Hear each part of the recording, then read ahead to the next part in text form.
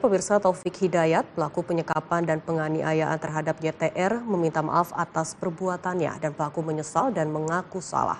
Meski begitu, pihak keluarga menolak permintaan maaf dan berharap pelaku mendapat hukuman setimpal. Pik, mukanya masih mulus, Pik. Pik, rada kaharep, Pik. Pik, tadi kaharep, Pik.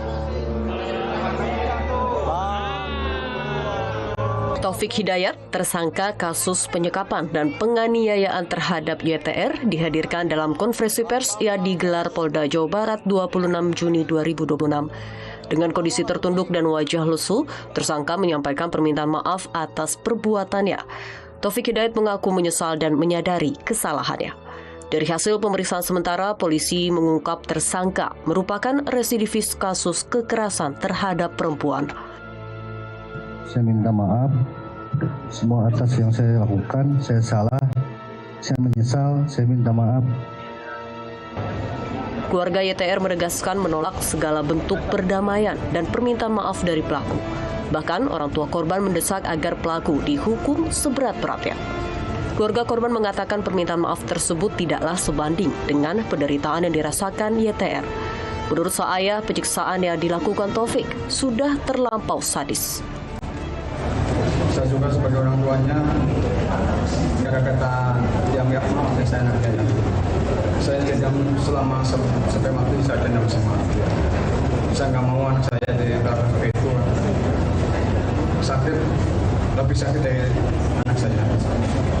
Yang sebenarnya saya minta dukung seberat-beratnya. Hal serupa juga dikatakan Gubernur Jawa Barat, Deddy Mulyadi. Ia mengatakan tidak ada maaf bagi tersangka yang tidak memiliki hati nurani.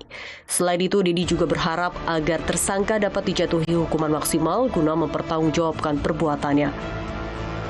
Karena permintaan maaf itu dilakukan setelah ditangkap. Dan tidak ada upaya sedikit pun bagi pelaku untuk bersikap sebagai manusia.